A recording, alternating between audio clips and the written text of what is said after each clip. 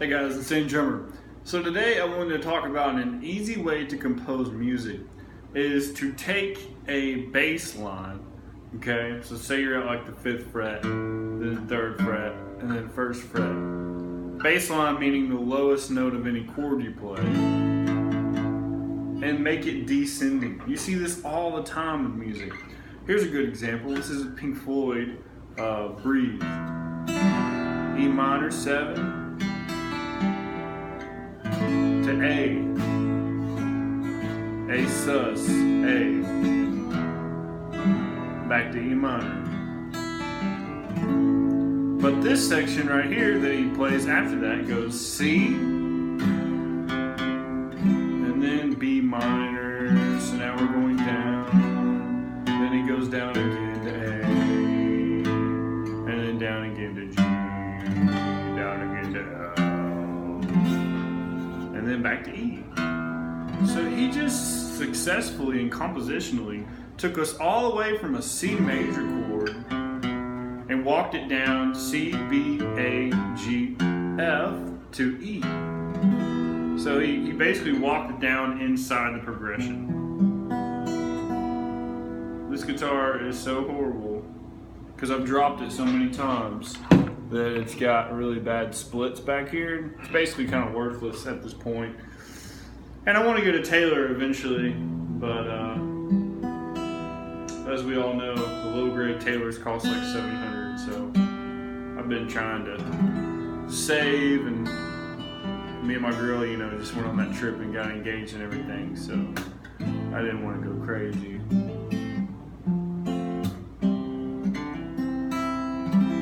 But anyways, an easy way to compose music is to use this descending bass line idea. It could be anything. You could start out with just a chord. Here's a good example. This is a Yellowcard song, and it goes from an E major chord open, and then it moves the first finger down, so the bass note's now gone down. So we get down,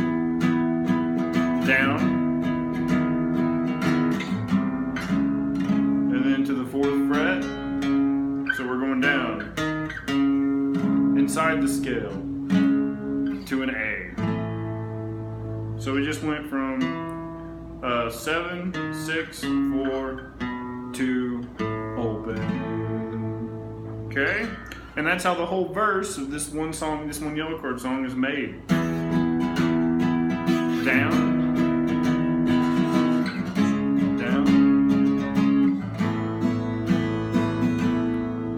And then the chorus is a whole another progression. So I don't recommend always using descending chord progressions, because then, like anything else in art, if you use it too much, it becomes a gimmick. It becomes something that is no longer special. So you always want to use, descending lines or descending chord progressions on purpose for the music for a musical purpose. Just like when you're in a bridge section, a lot of times in a bridge, what do people do? They normally use an ascending progression, right? So we can use either or, descending or ascending, when we're trying to make an effect.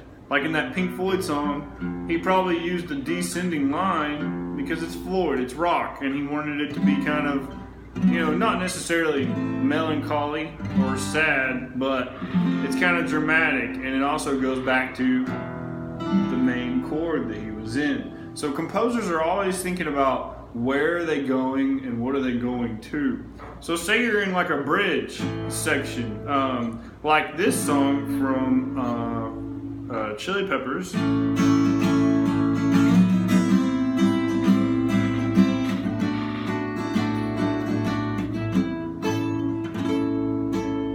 haven't played it in a while. But anyways, it's an ascending chord progression that all revolves around an A bar. Oof, I'm messing up all over the place. Or here's another good example. I can think of examples all day for this ascending and descending progression stuff. Here's an Ozzy, right? I'm coming home. Mama, I'm coming home.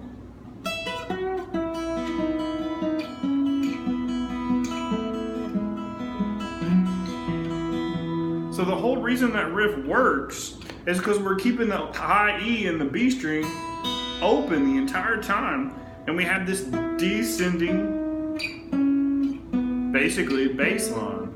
Even though it's kind of high, it's still considered the bass line because it's the lowest tone of what we're playing.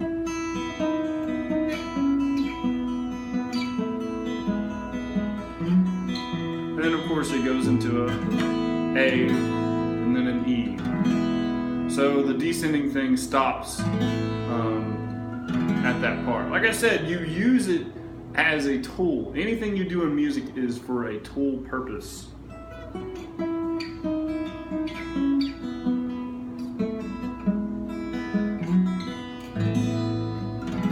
So let's see, what's a good example, another good example of an ascending progression?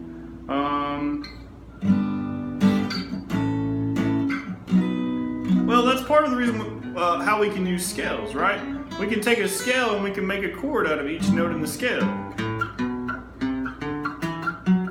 So say that's my scale. I just did a G major scale on the low E string. Well, if I make chords on every single bass note of that scale, it could be major or minor depending on whatever you want in the song.